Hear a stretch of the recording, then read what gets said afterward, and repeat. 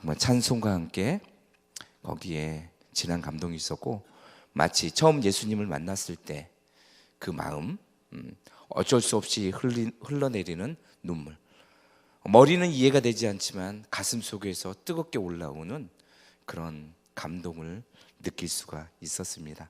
한번 꼭 시간 내셔서 보시면 많은 은혜가 되실 것입니다. 우리는 지난 시간 에베소 1장 3절에서 6절까지 말씀을 같이 나눴습니다.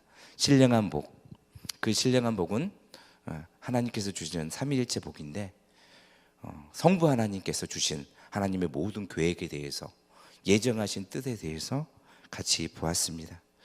하나님의 영원하신 기쁘신 뜻이 무엇이겠습니까? 오늘 말씀에도 나오지만 예수 그리스도께서 이 땅 가운데 모든 것을 이루신 그 십자가의 사건, 부활의 사건인 줄로 믿습니다.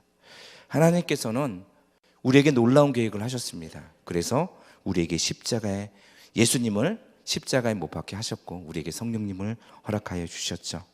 오늘 말씀을 통해서 그 예수님께서 어떻게 이루셨는지 이 말씀을 통해서 간단히 나누고자 합니다.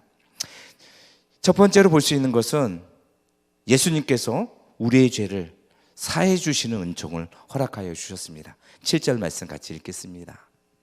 우리는 그리스도 안에서 그의 은혜의 풍성함을 따라 그의 피로 말미암아 속량 곧 죄사함을 받았습니다. 우리에게 주신 영적인 복은 무엇이겠습니까? 신령한 복은 무엇이겠습니까? 말씀대로 그리스도 안에서 그 은혜의 풍성함을 따라 가장 중요한 속량 곧 죄사함을 주셨습니다. 속량이라는 뜻은 노예 시장에서 쓰던 말입니다. 헬라어 원어로 볼 때는요, 쇠사슬에 묶인 노예가 경매대 위에 있습니다. 상상해 보십시오. 얼마나 처량합니까? 자신의 운명을 결정할 수가 없습니다. 누군가 노예를 사기 위해서 다가옵니다. 정당한 값을 지불합니다. 근데 이 사람이 풀어줍니다. 이제는 자유다. 이 선언하는 것이 바로 속량입니다. 대가를 치르고 자유를 주는 행위, 바로 이것이 속량입니다. 이 속량의 지불 방법은 다른 방법이 아니라 7절에서 그의 피로 말미암아 라고 말하고 있습니다. 예수의 피로 우리는 속량받은 줄로 믿습니다. 태초에 하나님이 우리를 향한 놀라운 계획, 영적인 복은 우리의 죄가 깨끗이 사함을 받는 것입니다. 그의 피로. 성도 여러분, 우리의 구원은 은과 금으로 되는 것이 아닙니다. 폭력으로 되는 것이 아니라 혁명으로 되는 것이 아닙니다. 진정한 혁명이신 흠없고 점없는 바로 양 같은 그리스도 예수의 피로 우리는 자유함을 얻는 줄로 믿습니다. 생명에는 생명으로 갚아야 하기에 100% 하나님의 능력으로 하나님께서 이 땅에 오셔서 육신으로 오셔서 이루셨습니다. 그분을 믿습니까? 그 안에서 우리는 그 은혜의 풍성함을 따라 속량 제사함을 받은 줄로 믿습니다. 성도님들, 주의 보혈을 의지하십시오. 예수의 피로 머리부터 발끝까지 덮으십시오.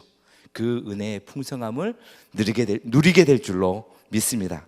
두 번째로 볼 수 있는 것은요, 우리를 놀라운 비밀을 알게 하십니다. 우리에게 하나님께서는 그냥 속량 제사함을 주신 것이 아니라 하나님의 비밀을 알게 하십니다. 8절에서 10절까지 말씀이죠. 8절과 9절 말씀 같이 보겠습니다. 이는 그가 모든 지혜와 총명을 우리에게 넘치게 하사 그 뜻의 비밀을 우리에게 알리신 것이요 그 기뻐하심을 따라 그리스도 안에서 태가 찬 경륜을 위하여 예정하는 것이니. 속량 곧 제사함을 받았는데 그게 뭡니까? 왜 속량 제사함을 받았습니까? 8절 말씀에 나옵니다. 지혜와 총명을 우리에게 넘치게 하기 위해서입니다. 9절 말씀에 보니까 그것이 바로 비밀이라는 것입니다. 그 뜻이 비밀인데 그 기뻐하심을 따라 그리스도 안에서 하나님의 경륜을 우리가 깨닫고 알고 그 예정을 알게 하는 것이 우리에게 주신 영적인 복이라고 이 성경에서 말하고 있습니다. 그럼 지혜가 무엇입니까? 하나님의 뜻을 깨닫는 영적인 통찰력입니다. 총명이 무엇입니까? 삶의 현장에서 실천할 수 있는 그 분별력, 능력을 말하는 것입니다. 세상이 알지 못하는 그 뜻의 놀라운 비밀, 이미 드러난 비밀, 공개된 비밀, 예수 그리스도 그분인 줄로 믿습니다. 하나님께서 우리를 향한 하나님의 놀라운 경륜, 그 모든 것을 우리에게 예정하신 줄로 믿습니다. 그 경륜은 무엇일까요? 이제 나중에 나오죠. 성령님이 오시고, 그리고 우리가 어떻게 살아가야 되는지, 무엇을 위해서 살아가야 되는지 예수 그리스도를 통해서 분명히 우리에게 보여주셨습니다. 10절 말씀 같이 보겠습니다. 하늘에 있는 것이나 땅에 있는 것들이 다 그리스도 안에서 통일되게 하기 위해서입니다. 그리스도 안에서 통일되게 하기 위해서. 저기서 통일이라는 단어를 헬라어 단어로 보면 셈이라는 단어입니다. 어떤 숫자를 딱 하고 나서 나중에 결론을 내리는 것, 셈을 내리는 것, 경제학적인 용어입니다. 흩어진 것들을 하나로, 머리 대신 그 예수 그리스도를 통해서 다 하나로 묶어버리는 것입니다. 우리는 보통 하나 된다는 것이 우리 모두가 획일적으로 똑같은 것, 하나님 안에서 획일적인 똑같은 것을 원하지 않습니다. 내가 가지고 있는 은사와, 내가 가지고 있는 성향과, 내가 가지고 있는 성품과, 자라는 환경과, 그 모든 걸 통해서 예수 그리스도 안에서 하나 되게 하는 것입니다. 이게 진짜 하나님의 능력이죠. 획일적으로 똑같이 똑같은 모습으로 쓰는 것을 하나님께서는 원하지 않습니다. 네가 가지고 있는 것이 뭐냐? 네가 가지고 하나님께 쓸 수 있는 것이 무엇이냐? 진정으로 하나 되게 하는 것이 바로 이러한 모습입니다. 세 번째로 볼 수 있는 것은요, 하나님의 궁극적인 목적, 하나님께 영광과 찬송이 되는 것입니다. 11절과 12절 말씀 보겠습니다. 모든 일을 그의 뜻의 결정대로 일하신 이의 계획을 따라 우리가 예정을 입어 그 안에서 기업이 되었으니 이는 우리가 그리스도 안에서 전에 바라던 그의 영광의 찬송이 되게 하려 하심이라. 모든 일을 그의 뜻하신 결정대로 예정하신 하나님의 계획을 알게 되었는데, 그게 무엇이냐? 하나님이 나의 소유가 되는 것입니다. 예수님이 나의 소유가 기업이 되는 겁니다. 나의 이런 재산은 다른 것이 아니라 하나님, 삼위일체 하나님 자체가 내 소유가 되었다는 것을 말하고 있습니다. 따라서 우리는 그리스도 안에서 영광과 찬송을 드리는 것이 마땅합니다. 이는 우리가 그리스도 안에서 전에 바라던 하나님의 놀라운 계획이었던 영광의 찬송을 드리는 것입니다. 우리가 이렇게 되길 원합니다.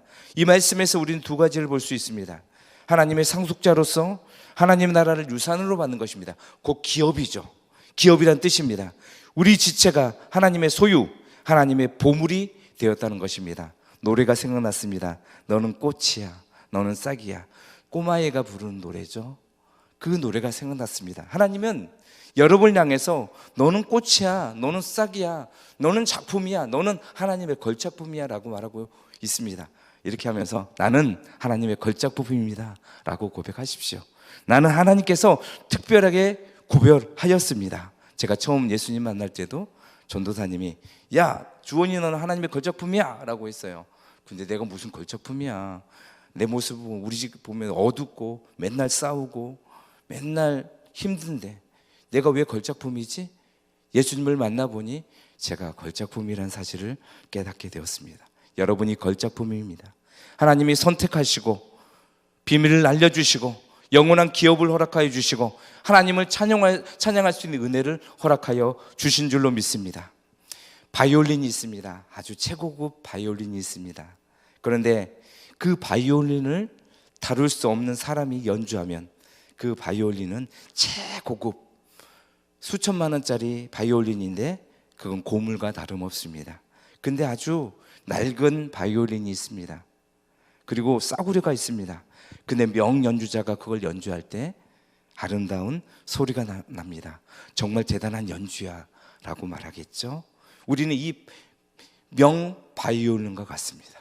우리를 연주할 사람은 단 한 분, 삼위일체 하나님 예수 그리스도가 우리를 연주할 때 우리는 아름다운 소리가 날 수 있습니다.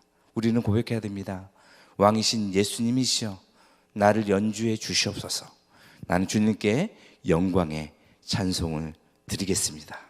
말씀을 맺도록 하겠습니다. 우리는 우연히 태어난 존재가 아닙니다. 하나님의 치밀한 계획 속에서 예수 그리스도의 엄청난 핏값으로 사신 바 된 존귀한 특별한 걸작품입니다. 하나님은 우리에게 놀라운 비밀을 알려주셨습니다. 모든 것이 예수 그리스도 안에서 셈하게 될 것입니다.